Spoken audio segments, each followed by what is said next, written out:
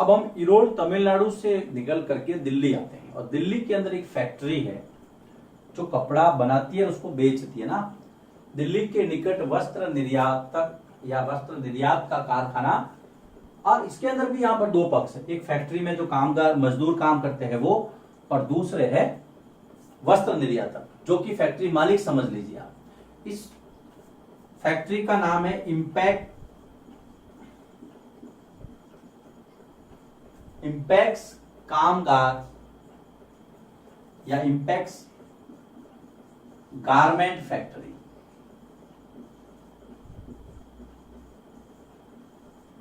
Garment कपड़े की है। अब इस इंपैक्स कामगार जो फैक्ट्री है इसके अंदर काम करने वाले जो कामगार है उनकी संख्या है 70 कामगार, 70 मजदूर काम करते हैं और 70 कामगारों में ज्यादातर महिलाएं हैं। अधिकांश काम करने वाली कौन है? महिलाएं हैं। ये महिलाएं ज्यादातर है वो अनियमित मजदूर है, अनियमित कामगार है, अनियमित कर्मचारी है, जिनको कभी भी नौकरी से निकाला जा सकता है। अगर वो वेतन बढ़ाने की मांग करती है तो उनको नौकरी निकालने की बात की जाती है, भाई ठीक है आप दूसरी जगह काम कीजिए। ये सारे के सारे अस्थायी हैं, स्थायी नहीं है। स्थायी होते तो इनको ज्यादा पैसा देना पड़ता, अस्थायी है, कभी भी निकाल दो। ज्यादातर महिलाएं हैं, मजदूरी में काम करने वाले हैं। अब इनके मानदेय की बात, इनका वेतन कितना है देखिए। यहां पर जो सबसे ज्यादा वेतन मिलता है यहां पर इस फैक्ट्री में वो मिलता है दर्जी को, जो दर्जी का काम करते हैं, 3000 रुपए प्रति माह। ये आपको सब पता रखना है, एग्जाम में पूछते हैं, अभ्यास में प्रश्न भी है। 3000 रुपए एक महीने के दर्जी को देते हैं, जो इस्त्री करता है, कपड़े पे प्रेस करता है। इस्त्री करने वाले को इस्त्री के लिए कितने पैसे मिलते हैं? 1.5 रुपया प्रति पीस। एक कपड़े पे इस्त्री करेंगे तो 1.5 रुपया देंगे उसको, 1.5 रुपए पर पीस। जांच करने वाले को 2000 रुपए प्रति माह, जो कपड़ों की जांच कहीं डिफेक्ट तो नहीं है। जांच करने वाले को यहां पर देते हैं 2000 रुपए एक महीने के, और उसके बाद में धागे, बटन टांकना, धागे काटना, उसके लिए 1500 रुपए। देखिए 2000 रुपए प्रति माह किसको है? जांच करने वालों को। धागे काटना और बटन देना या बटन टांकना, उनको मिलते हैं 1500 रुपए प्रति माह। 1500 रुपए ये इनकी मजदूरी है। कम है, बहुत कम है। तो ये आपको लिस्ट बनानी है कि यहां पर इनको कितने पैसे मिलते हैं। अब ये शर्ट यहाँ पे तैयार होता है इतने पैसे में, ठीक है, ये तो इनकी मजदूरी का पैसा है, आपको पता। अब इसमें आपको पता क्या करना, उसमें आपको दो पक्ष कौन कौन से, एक तो मजदूर जो फैक्ट्री में काम करते हैं, ये वाला फैक्ट्री काम, दूसरा जो कारखाना मालिक है वो समझ लीजिए वस्त्र निर्यातक। ये मजदूरों की मजदूरी है, इसको याद रखना है। कितने मजदूर काम करते हैं? 70 काम करते हैं। ज्यादातर क्या है? महिलाएं हैं, वो भी अनियमित है, उनका वेतन बहुत कम है, कम वेतन है, ये ध्यान रखना। इनको कभी भी नौकरी से निकाल सकते हैं, ये इनकी मजबूरी का फायदा भी उठाते हैं, इनको कम पैसे देते हैं। तो ये हम दिल्ली में कारखाने की स्थिति बताई। अब हम देखते हैं कि इस कारखाने में जो शर्ट बना है, जो शर्ट इस कारखाने में बना है, वो शर्ट मार्केट में बिकता कितने में, आप और मैं जाकर के दुकान से उसको कितने पैसे में लाते हैं, किसको कितना फायदा हुआ, ये सब आते हैं, वो मैं अगले टॉपिक में लेता हूं। इसको आप लिखिए, फिर मैं इसको मिलाता हूं।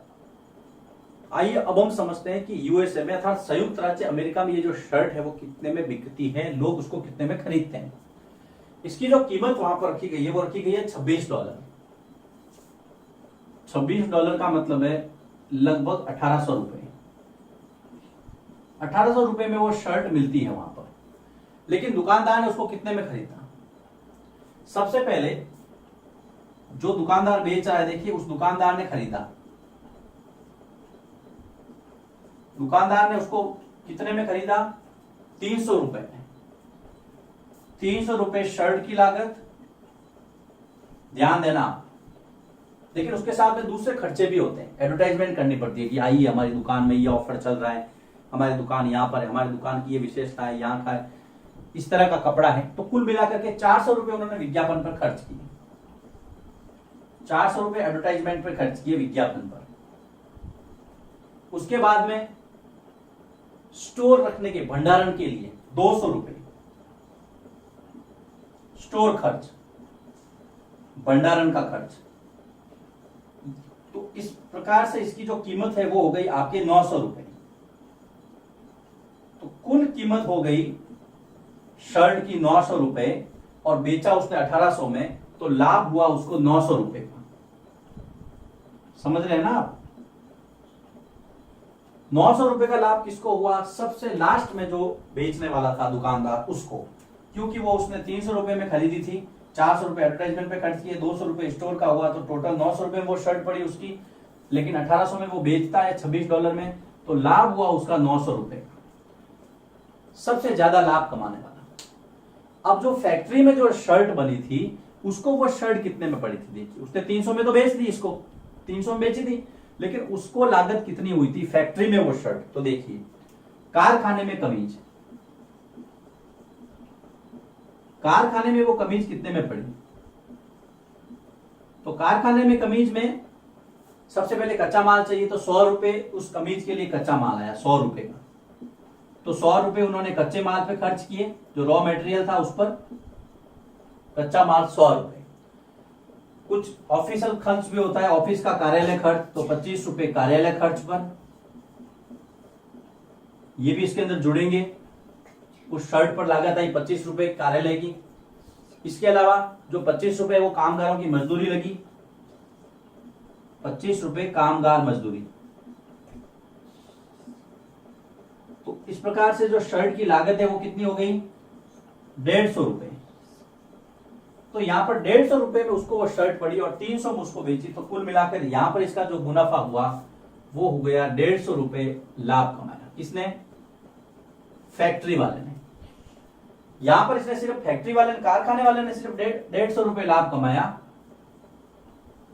300 में बेची थी, 150 में 150 उसकी लागत आई, लेकिन इसने देखिए 900 रुपए लाभ कमाए। तो लाभ का जो स्तर है वो हर जगह पे अलग अलग है, समान नहीं है। अब देखिए अगला जो बिंदु है, लाभ कमाने वाले लोग।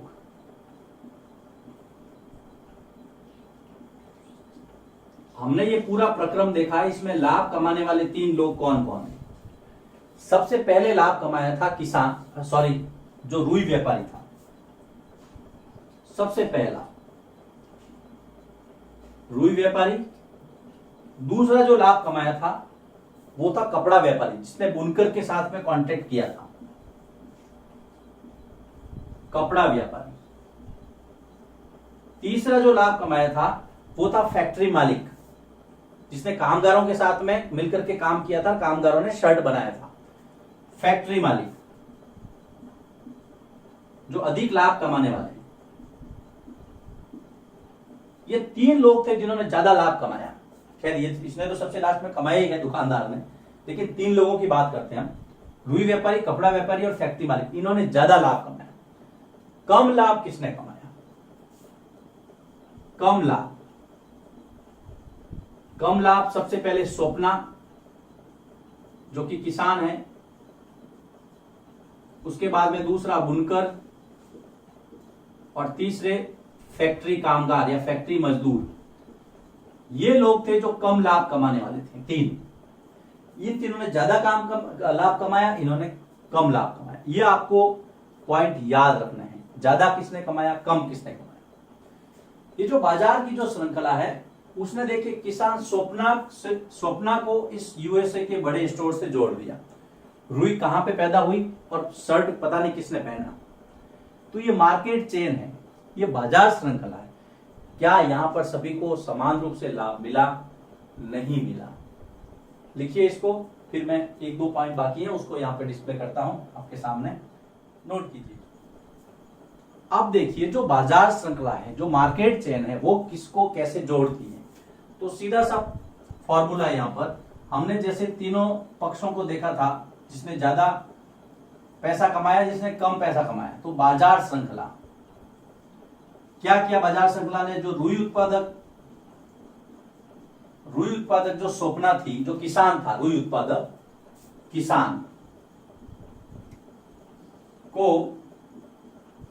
सीधा सुपर स्टोर जो था, सुपर स्टोर के खरीदार से जोड़ती है।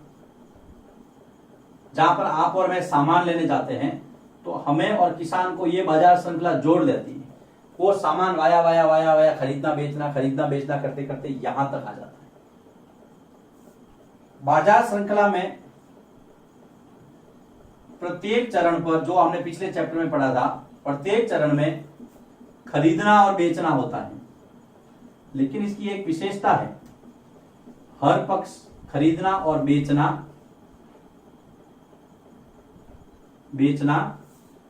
होता है। और इसमें लिखना है कि प्रत्येक पक्ष का प्रत्येक स्तर पर लाभ समान नहीं होता। यह बात आपको ध्यान में रखना है। हर व्यक्ति को समान लाभ प्राप्त नहीं होता, किसी को ज्यादा मिलता है, किसी को कम मिलता है। ये बाजार श्रृंखला की विशेषताएं हैं जो हमने इस चैप्टर में देखी है। बाजार और समानता, अगर मैं इसकी बात करूं, बाजार और समानता, तो यहां पर हम देखेंगे, जैसे हमने देखा था, ये 3 व्यक्ति और ये 3 व्यक्ति, इन तीनों का लाभ बराबर नहीं है। इनको बहुत कम मिला है, जबकि मेहनत इन्होंने ज्यादा की, इनको लाभ ज्यादा मिला है। तो समानता नहीं है। इसके लिए हमें क्या, सरकार को प्रयास करने पड़ेंगे, जैसे कि सहकारी संस्थाओं के माध्यम से जो छोटे व्यापारी है, जो किसान है, उनको मजबूत करना पड़ेगा। सबसे पहला काम तो कोऑपरेटिव सोसाइटी आप जिनको बोलते हैं। दूसरा, जो कानून बने हुए इनके हक में, उनका कठोरता से पालन होगा। कानूनों को दृढ़ता से लागू करें। कानून बना देते हैं लेकिन लागू नहीं करते। किसानों के पक्ष में फैसला आता है, लेकिन किसानों को फसल की उचित कीमत नहीं मिलती। कई बार उनकी फसल सड़ जाती है, उनको मुआवजा नहीं मिलता। बारिश ज्यादा हो जाती है, लेकिन कोई सुनने वाला नहीं है। तो ऐसे में किसान कैसे मजबूत होगा? जो हमने बुनकरों को देखा था, बुनकरों के लिए कई कल्याणकारी योजनाएं हैं, लेकिन वो योजनाएं जमीनी स्तर पर काम नहीं कर रही है। तीसरा, जैसे मान लीजिए न्यूनतम मजदूरी सबको मिले, कानून अच्छा बनाया हुआ है न्यूनतम मजदूरी का, लेकिन देते नहीं है। न्यूनतम मजदूरी है भाई 9,000 रुपए महीने का मिलना चाहिए, मान लीजिए 300 रुपए पर डे, लेकिन देते 200 रुपए, 100 रुपए, कहीं बीच में ही अड़क जाते हैं। ये सारी चीजें हैं जो चैलेंजेस है। न्यूनतम मजदूरी सबको मिले, ये है कि समानता कैसे आएगी। तो ये कुछ 3 बिंदु आप ये लिख सकते हैं, ये प्रयास कर सकते हैं हम, जिसके माध्यम से हम बाजार में समानता ला सके, और खास करके ये जो तबका है इसको इसका बेनिफिट मिल सके। अब इसके बाद में इस चैप्टर के अंदर आपको करना क्या है, जैसा मैं हमेशा कहता हूं, इसके शब्द संकलन तैयार करने हैं। जैसे कि जिनिंग मिल है, मुनाफा है, ये बहुत अच्छी अच्छी टर्म दी हुई है। जिनिंग मिल में क्या होता है, कपास में जो बिनोले होते हैं ना, जो बीज होते हैं कपास के, उनको अलग किया जाता है रुई से, और रुई के गट्ठर बनाए जाते हैं, वो होता है जिनिंग मिल। तो छोटी छोटी टर्म है, वो आपको लिखना है, याद करना है। उसके अभ्यास के प्रश्न जब आप देखेंगे तो आपको ये दोनों वीडियो जो मैंने बनाए हैं उसमें सारे के सारे उत्तर मैंने नोट्स में दे दिए हैं।